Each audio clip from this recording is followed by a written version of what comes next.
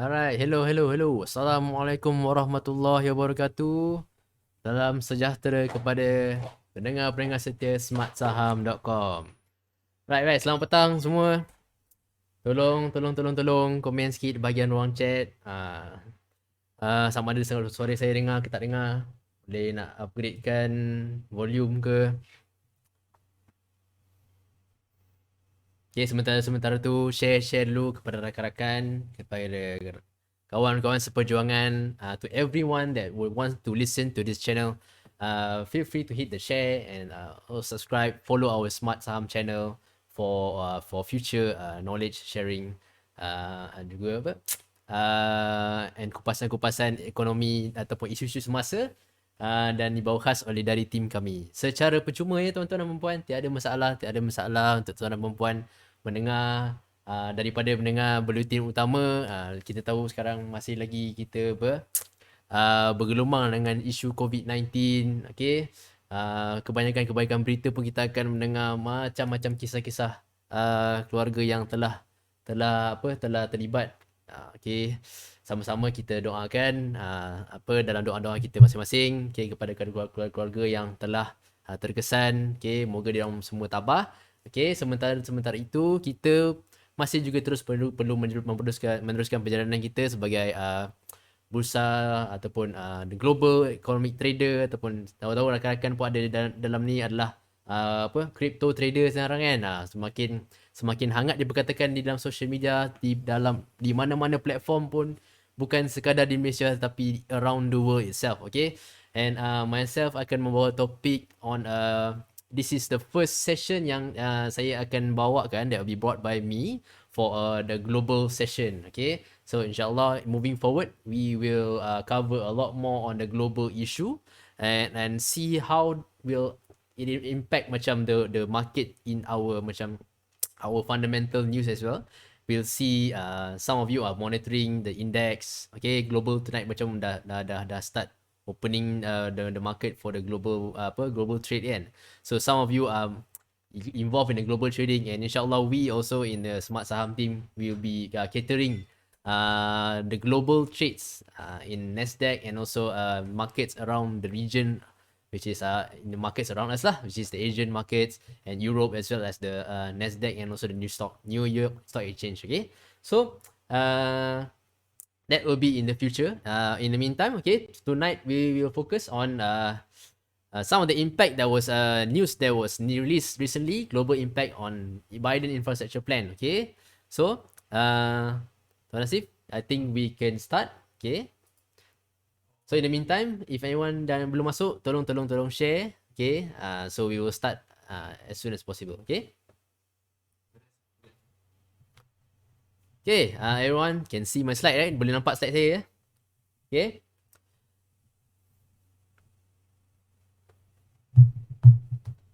Alright, okay. Kita perlu, sebelum kita kupaskan apakah perubahan daripada Biden punya infrastructure plan yang baru-baru ni keluar news on the weekend, yang sebelum tu saya lupa nak tengok komen. Okay, Assalamualaikum Tuan Afif. Okay, Tuan Halimin, terima kasih. Okay, thank you Tuan Nathaniel Rajkumar. Okay, Star Sender 45. Okay, thank you very much to support our channel. Okay, alright, we'll go ahead.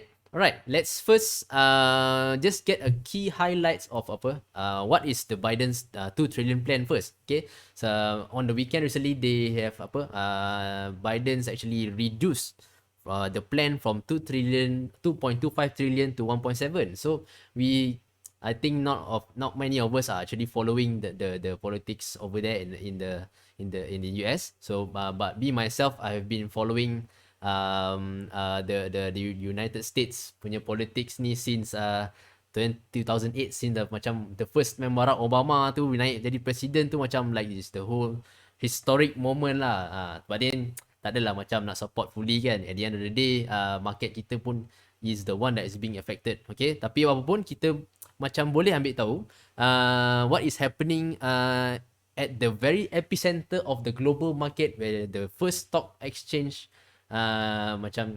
is heavily traded over there. Okay, which is the United States. Okay, so apa-apa yang terjadi pada United States, apa pun jadi pada Nasdaq, apa pun jadi pada the Dow Jones Industry Average, setiap market dalam dunia pasti akan terasa kesannya. Okay, apabila when the US sneezes, the whole world catches the cold. So that is the term yang kita selalu pakai lah. Okay, so before we understand about the trimming of that Biden's punya 2 trillion plan ni, so kita nak tahu dulu apakah plan Joe Biden actually for American people, and also to write off ataupun to replace balik ataupun to undo the problem ataupun the some of the unfortunate events yang berlaku time Trump actually took office in the White House back in for the last four terms. Okay, so which is part of it is the climate change, and also bringing back jobs into the green energy ataupun, and then of course ada some impact on the oil sector itself, sebab kebanyakan coal miners ataupun oil industry ni kebanyakannya masih lagi very very classical minded. So Biden actually wanted to for this particular workers to actually macam train ataupun to be shifted into the new technology. So kita go through just a bit of highlights. Okay, Biden's 2 trillion plan. Okay, 20,000 miles of built road repairs to 10 most economically important bridges in USA itself. Okay, so dia nak kurangkan climate change, and then tambah shifted, dia orang akan nak bertukar kepada clean energy resource. Tu macam tu yang awal-awal tahun ni tak silap ke towards the end of the year, bila Biden first announce this 2 trillion plan, and also the interest to initiate into the green energy. Dan kebanyakan country counter solar kita di dalam bursa pun telah berasa impaknya. Alhamdulillah, kebanyakan trader dan investor di luar sana pun telah berjaya mendapatkan sedikit profit. Okay. Saya tahniah kepada siapa-siapa yang telah berjaya follow green sector pada awal-awal tahun baru ni, dan kebanyakannya sudah melalui fasa correction dan masih tidak naik-naik lagi. So itu adalah a few counters dalam green technology sector. I think you all know lah which ones. Okay, not the penny ones. Okay. Okay, so dia punya plan adalah to improvise wages atau internet services, drinking water and commute systems. Okay, tak jauh pun macam kita punya budget daripada government. So infrastruktur tu adalah benda yang sangat-sangat penting oleh setiap government di mana-mana mata dunia pun. Okay, hutang tu adalah benda yang tidak boleh dielakkan oleh government, and government is a not for profit punya organisation. They are actually organisation to help people, and memang dia orang akan nak tak nak akan terpaksa menghadapi hutang-hutang you would see that the national debt clock yang dipayung-payungkan pada zaman-zaman kita nak tukar government itu kan. Okay, now we understand kenapa actually government memang kena work on that. Okay, so to provide on a stimulus plan semua tu, so up to macam if you belajar economics 101, if you have heard about Keynesian theory, which is at the times of recession memang government yang actually kena push to spur the market ataupun to spur the economy, to galakkan orang spend, to shift around some policy. So tak jauh juga, US is the leading market and economy in the world. They are the ones that is proposing the 2 trillion United States dollar plan. Okay, so now dia dah tukar kepada 1.7. Okay, this is the breakdown. Dia orang punya dia nak lebihkan kepada in-home care, affordable housing, electric vehicles, okay, roads and bridges, which is infrastructure, high speed broadcasting, which is internet semua tu, electric grid, okay, public schools, okay, dan selebihnya di bawah tu lah. Okay, disaster resilient tu maksudnya setiap infrastructure yang diorang buat tu berjaya menahan segala bencana-bencana alam. Sebab kita tahu United States ni banyak dia punya disaster, which is typhoon, tornado, gempa bumi, okay, kemarau semua tu. Okay, dan dia orang kembalikan sedikit in the part of National Science Foundation, sebab sebelum ni time Trump take over United States, dia telah macam dia ni lebih kepada tidak percaya kepada saintis kan. So dia telah membuang ataupun dah cut spending on National Science Foundation tu. So macam R&D for science part tu macam tak ada lah. Then supply chain support juga sekali. Okay, alright. So, Biden's punya plan to in this particular structure adalah lebih kepada climate change. So, dia fokus kepada so that ini macam the first part yang climate resilient tu on the effects of extreme storm, floods and fire brought by a warming of planet. So, memang dia mengikuti perkembangan saintis-saintis yang advice dia sekali. So untuk to cater that part into the national American Safe American Plan ni, okay. Then 174 billion for manufacture of purchase electric vehicle. Then bagi juga tax credit and incentive kepada company yang actually buat vehicle batteries in the USA instead of China. So kita tahu currently China trade war between US and China tu masih lagi belum settle down tau. So there's no final say in who's actually willing to let go and who's actually trying to let go of which power. Okay. So China dengan US ni masih lagi the leading economics and trying to macam not to say take over the world lah, but trying to lead the economy so called. Okay. So then construction of 500,000 electric vehicle and charging stations so memang kita tahu dalam Malaysia pun akan ada juga plan-plan tu, tetapi kita tahu kebanyakan teknologi electric vehicle ni semuanya daripada overseas dan kita terpaksa menanggung kos import untuk barang-barang tersebut lah. Okay. Tetapi kita tahu ada juga counter-counter dalam bursa kita yang actually melibatkan diri dalam counter dalam bisnes semiconductor dan juga chip making facilities. Kita tahu pun dia akan memberi supply kepada automotive makers globally lah. So that is part of our macam contribution so called to the world jugalah. Okay. Alright.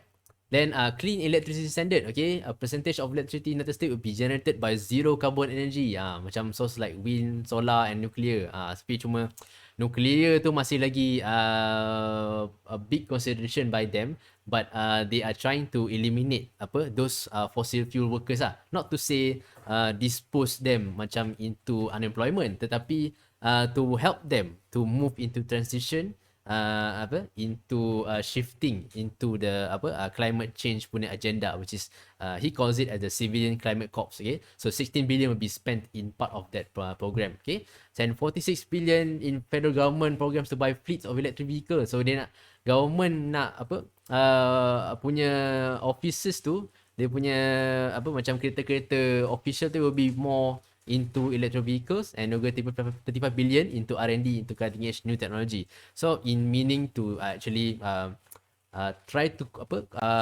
curb lah juga dependency on fossil fuels dan juga coal lah. So kita tahu pun ada KS pun ada production of shale gas kan, which is contributes to the pricing of the oil market, which is the US ones. Okay, right. So and then another part of the infrastructure, the plan yang Biden try to impose memang akan menyebabkan hutang country tu akan melambung lagi lah, sebab 2 trillion is a lot of money.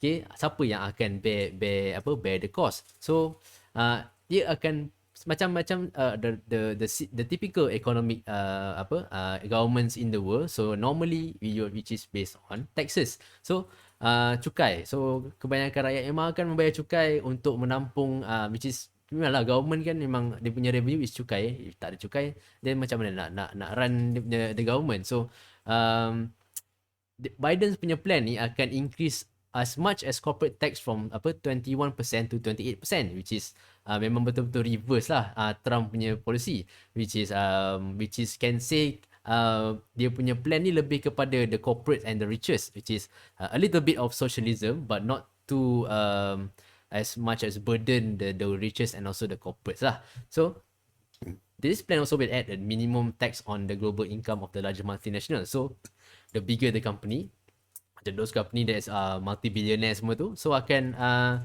are very likely to be taxed even higher lah. So that is why some of the technology sector that macam naik in the past few months yang that has faced major corrections in the last 1 month or so, right? So kita nampak the whole technology sector naik from the final year of 2020 kan.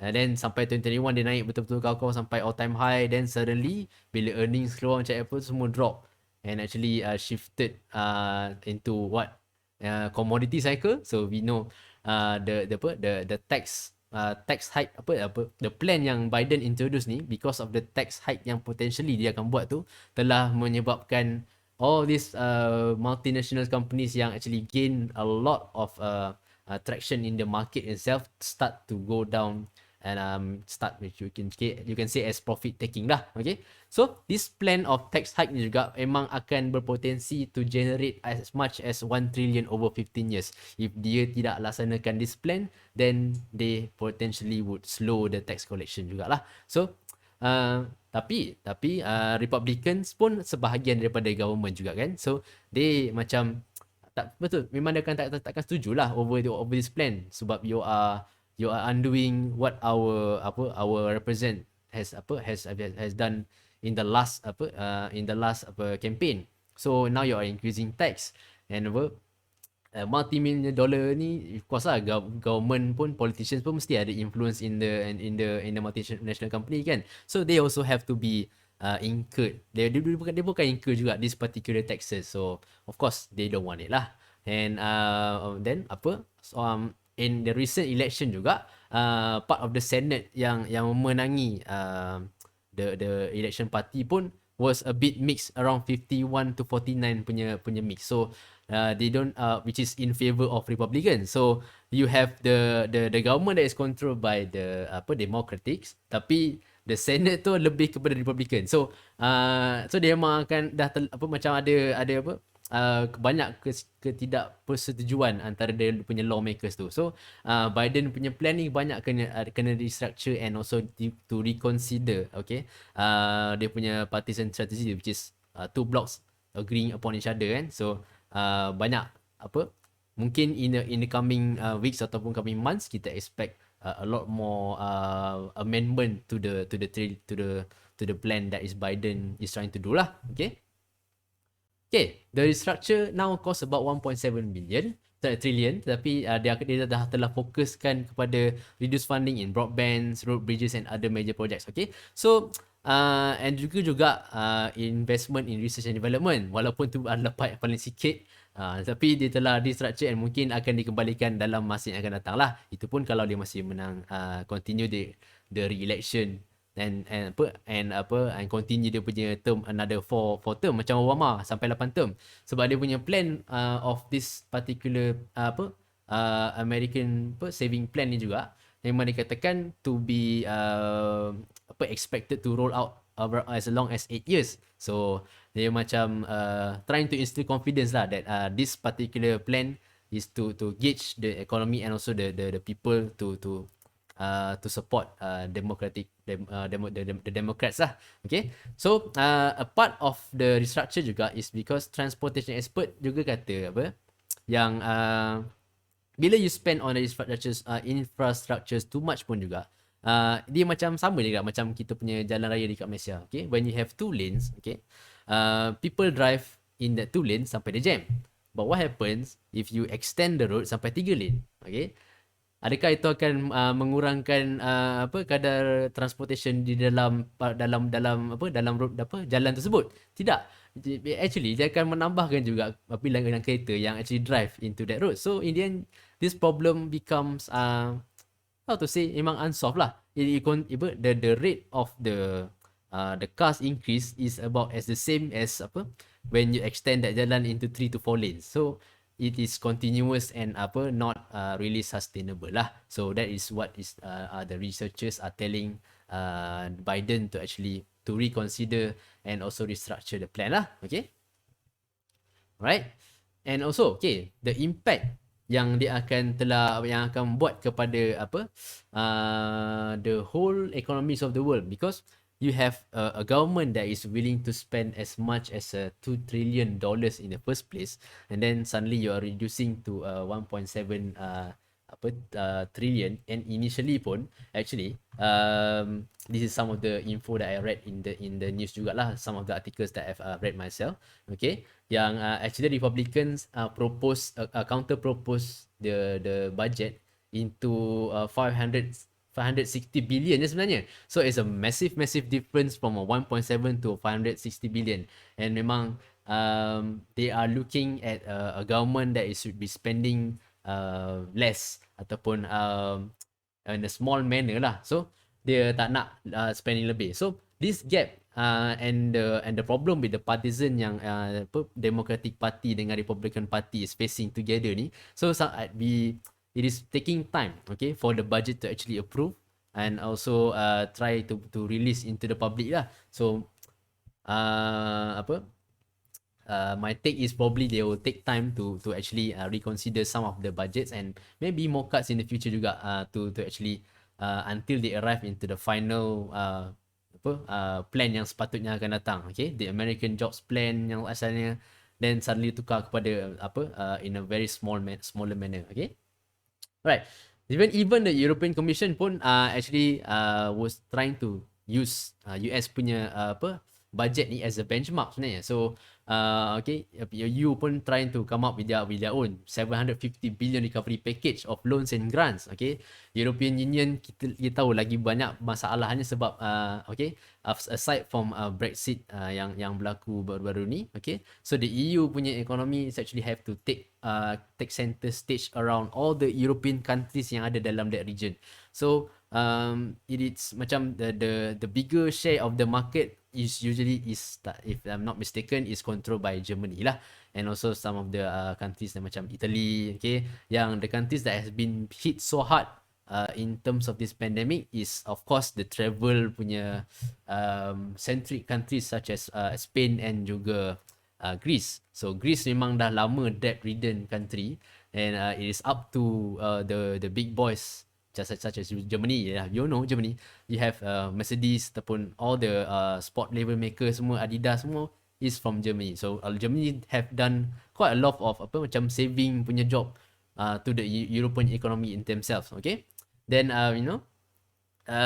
memang a part of the investment for the EU punya country itself is part of it is also the telco, which is the 5G coverage. This is the technology of the future. Okay, so itu pun orang kata they will need 300 billion for this particular investment to increase the coverage and also the broadband speed. Okay, and juga kita tahu Biden's punya plan ni memang aim at trying to take over, okay, a bit of China punya dominance. We know China yang punya technology tu is something not to be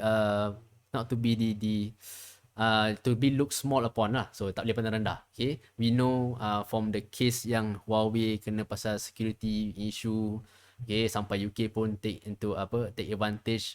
Okay, now that's where the trade war happen between US and China pun.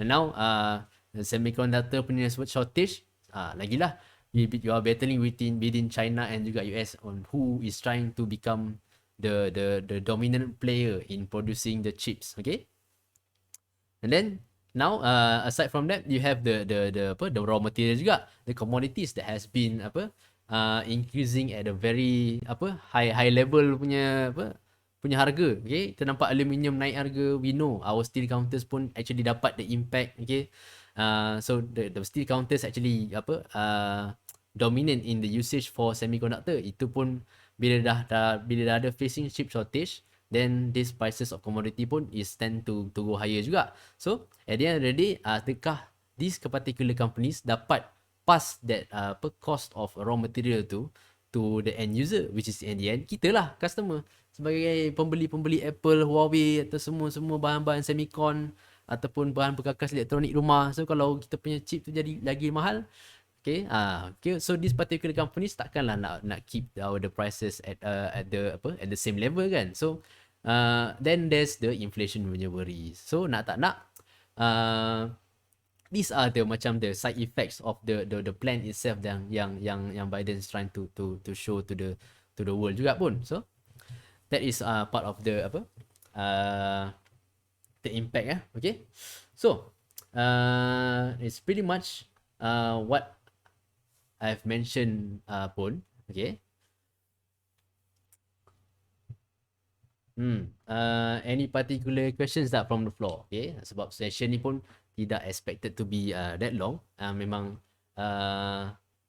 kita tahu masih lagi ada grey area in this particular Biden's punya plan ni sebab dia orang tak menjadi release the whole the whole plan to the public lagi. Tapi we can read out in the news juga. And in terms of the over speculation in the market, memang kita tahu the earning season is here.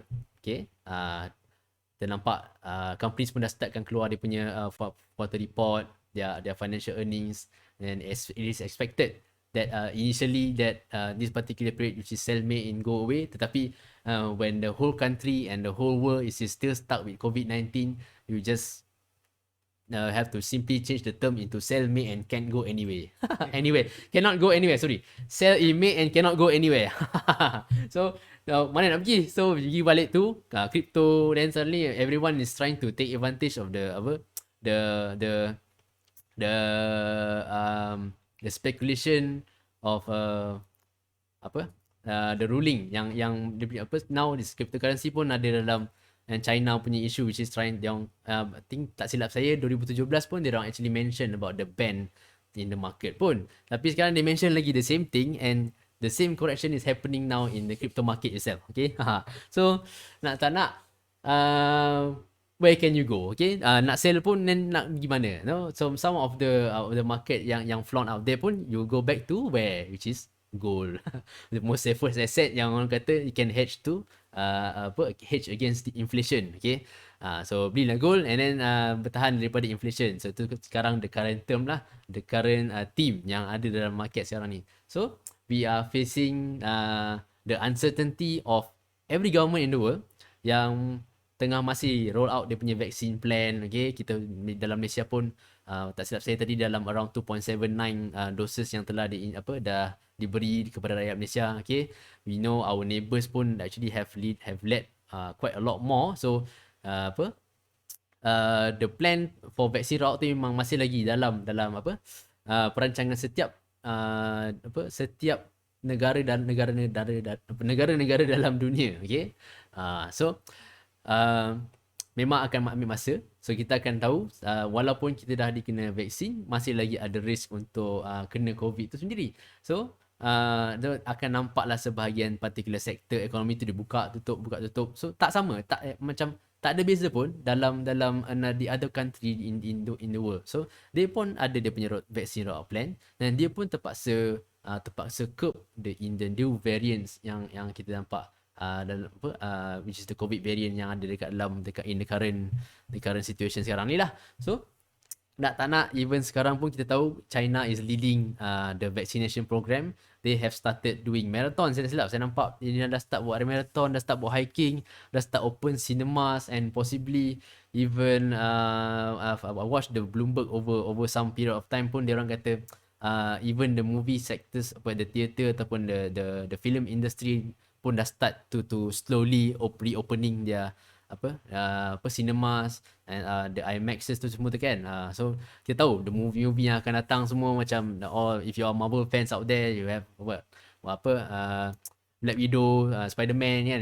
So semua tu akan slowly menjana juga ekonomi dan membantu ekonomi US pun, dan tidak yang sedikit sebanyak memberi confidence kepada the rest of the other world out there yang we are leading the market into our vaccination program, and we hope that you are doing so as well. Okay, dan kita tahu India pun adalah the highest leading cases of COVID because of their own negligence semua tu, and we hope Malaysia pun tidak membuat sedemikian ataupun follow the steps lah. Tetapi in terms of the market punya opportunity, we know as part of the quote from another one politician kata, you should invest in some of the stable company with good fundamentals that are going down as cheaper as now, and in hope for the future punya recovery, this will spur your own investment juga. So some of the global investors and global fund managers are try to focus on India punya market because of their crisis COVID at the moment. So dia orang punya fundamental good company kat situ pun dah nampak jadi more valuable. So when we know China pun dah macam facing correction because of the aluminium and steel punya market, then US pun masih lagi facing the issue of the uncertainty of when is the trillion, the 2 trillion plan or 1.7 trillion plan is going to be released. Okay, so semua tu akan menjana-jana ekonomi, dan kita pun telah menghadapi the inflation fear. Then aside from that, US pun masih lagi in control of their interest rate. Then we should see that the interest rate pun should be maintained over some period of time to curb the spending semua tu. And hopefully everything goes right. And right, that's it for my session. Ada beberapa soalan tak daripada the floor? So macam terhabis awal pula kan. So when you're talking about the global market ni, is a lot more to take in. So insyaAllah bila tim kami dah start covering the global stock market itself, a lot more info shall be made available lah. We are starting our coverage on the global punya stock market as well. So in the meantime, okay, esok kita ada session dengan influencer session, tak silap daripada tim kami. Okay, Tony tomorrow session, which is bersama Tuan Afian Matrawi. Okay, very well known punya financial planner, okay, and influencer.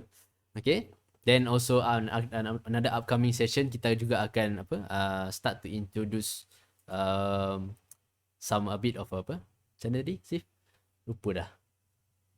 Khamis dengan Rabu tadi, Rabu cuti Rabu cuti. So Wednesday we will have the Wesak Day holiday lah. So jangan lupa market pun cuti hari Rabu tu. Of course crypto is 24/7 lah. So memang ada alumni semua saham yang actually take advantage of crypto market tu. So memang time tengah jatuh pun still tak panik. Memang power lah dia orang ni. Okay. Okay. So upcoming juga in the few weeks kita akan ada kita punya Rising Star.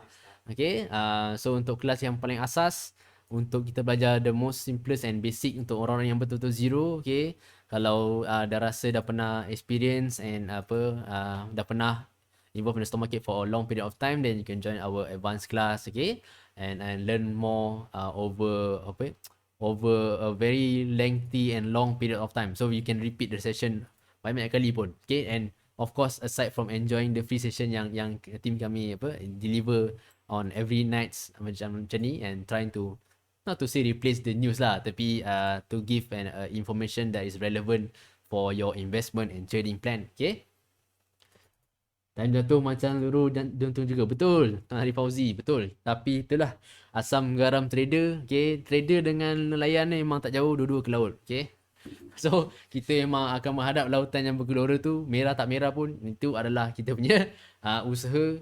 Dan juga let's say kita bawa tawakal dengan hope tu, tapi kita kena usaha sekali lah. Okay, so salah kita pergi laut menangkap ikan, sama juga kita pergi ke bursa untuk menangkap ikan. Okay, which is in the form of in our own money lah. And try to invest with your extra money, not the money that you will spend on a daily basis. Okay, so that kita letakkan duit itu di tangan, bukan di hati. So itu adalah sedikit pesanan khidmat masyarakat daripada saya lah. Okay, nampak macam tiada soalan so far. Okay, market US pun dah start open. Right, and market crypto pun sentiasa open. Okay, sekian, selamat malam. Assalamualaikum warahmatullahi wabarakatuh.